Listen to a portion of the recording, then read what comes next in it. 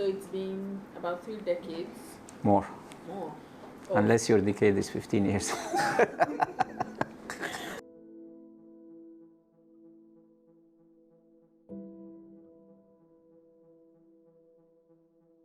I'm 67. I'm very old. No. Okay, so I was born in Egypt. Then my parents emigrated to Lebanon when I was 9. So I did my schooling in Lebanon, and then I went to France and then to England. I got my degree from the UK, my first degree from Nottingham University, the second one from Loughborough. And there I met someone who sponsored me and brought me to Nigeria. So he was an he was one of the Lebanese guys who were in Ghana and moved to Nigeria and set up a construction business among many other things. And he employed me in that outfit. I stayed with him for 3-4 years, and then the company was not doing well because of the coup that happened in those days.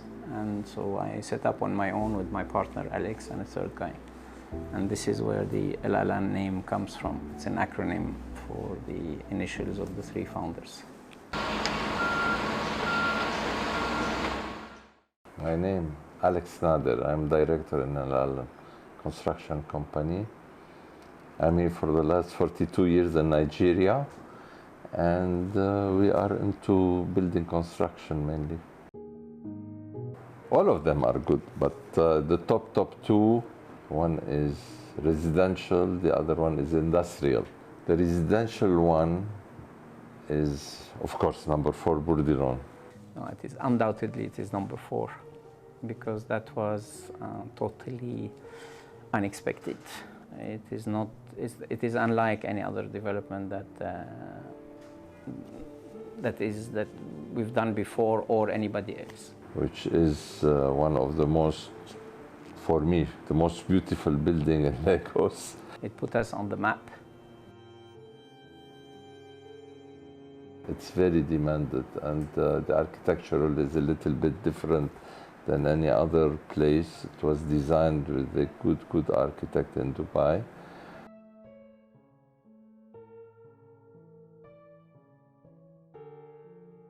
And when you look at the building, you feel really this is a place you would like to live in. The second one, so in the industrial sector, we've done quite a bit.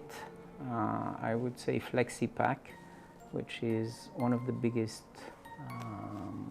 industries for flexible packaging.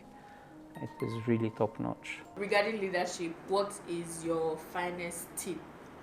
For leadership, the finest one is to go into a project, to think well about it, to design it well, to make sure everything is correct, and to delegate it to somebody who is up to the level, and to put it behind your back so you move into another project. If not, you will be drowning in the same project, the same details. So you have to delegate to people, good people you can count on. So it's like building an army. You are a general with the good people around, and you delegate, you go and increase the volume of your work by going to new projects, to new ideas, to new designs. Like my my partner's finest hack. So mine is really from the background. So I will inspire people who will inspire other people. Okay, that is my hack. I think I'm good at finding talent and promoting it. I help people find themselves and excel in what they do. When you look at something like some places like Dubai, any country, Dubai, Europe, America, you see all these beautiful big towers building. So when people will see this and you have it in Nigeria, everybody will be coming to you looking at this luxury. looking at a place where you really feel different than staying in any other standard construction which we know in Lagos. So I think people now with the new generation of Nigeria, they are looking into luxury. They are open to the, they travel a lot. They are open to the America. They go to Dubai. They see. So why not offering them the same in Nigeria? Our focus is to be the best, okay, to really be the best. And while following that, people found out that really Nigerians look for luxury. Everybody knew that, but nobody thought that Nigerians would look for luxury at home. You have Nigerians who go abroad, they buy in London, Dubai, Paris, you name it. But they didn't expect to see that same quality and that same type of property in Nigeria, and this is what we created. So we created an avenue for people who, instead of spending their money abroad, they actually buy and live in those properties here. Everybody is tired of owning a house in Banana and this and that, and then running their own security, their own generator, their own facilities, their own water. Now they come into a luxury setting where everything is provided. They just look up and travel when they want to and come back, and that place is still there. We've always lost tenders against the established companies, Kappa, Julius Berger, all these companies. So we created our own market. We came up with products that other people don't have, which is the design and build concept. So people are they want a one-stop shop. And this is what we have managed to do. We've set up a one-stop shop for people who want to develop, landowners who don't know what to do with their land. They'll come to us for advice. We'll advise on what to develop, what the financial implications would be. Then we design for them, we build for them, we maintain for them, and we market for them. We started from very humble beginnings, like from nothing. We started with a wheelbarrow and a shovel. And now I think we're one of the major construction outfits. It was very, very slow. We didn't have big boosting projects that took us all the way up. It was a brick by brick kind of business, like our business is. So very slow but steady. Let me tell you that there was a master plan for Lagos since the 80s. That was never implemented. I think Lagos was neglected for the benefit of Abuja, and it grew out of proportion without real central master planning. But then it is coming back, it has come back. There is a master plan. It's very hard to control because of the immigration from the rural areas to the urban areas, so it grows, exponentially. It's huge, and the infrastructure just cannot cope up with it.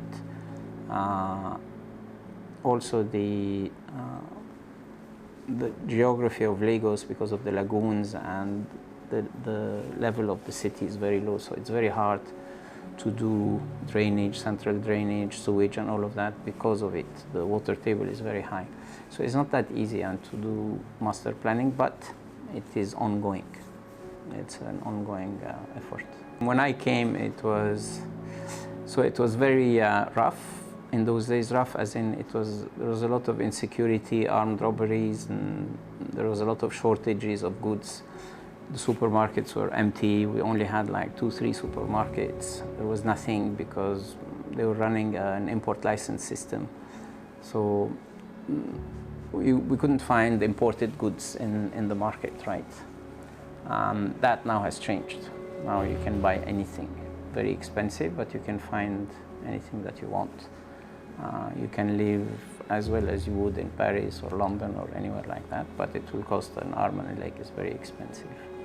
On the other hand, when I came, industry was really well established. You had cars made in Nigeria, you had trucks made in Nigeria, you had a lot of stuff that is made in Nigeria. Today, all of that has disappeared. So on one side there is improvement, on the other side, on the industrial side, not so much.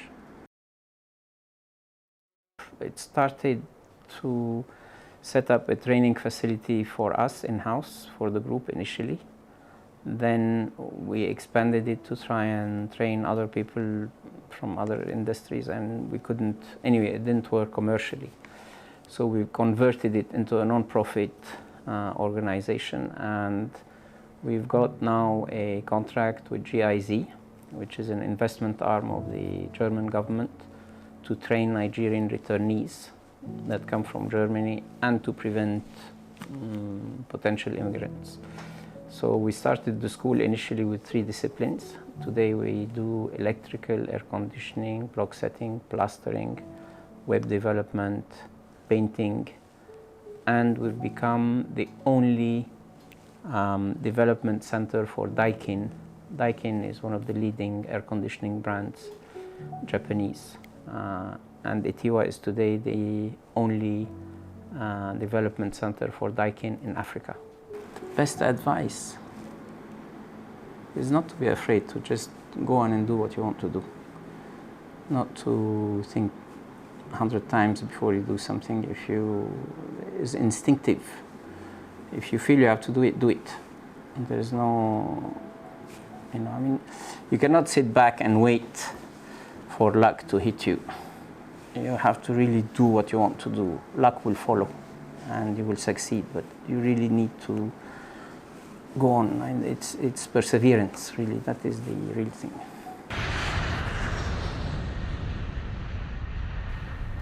Although construction is not on the high list of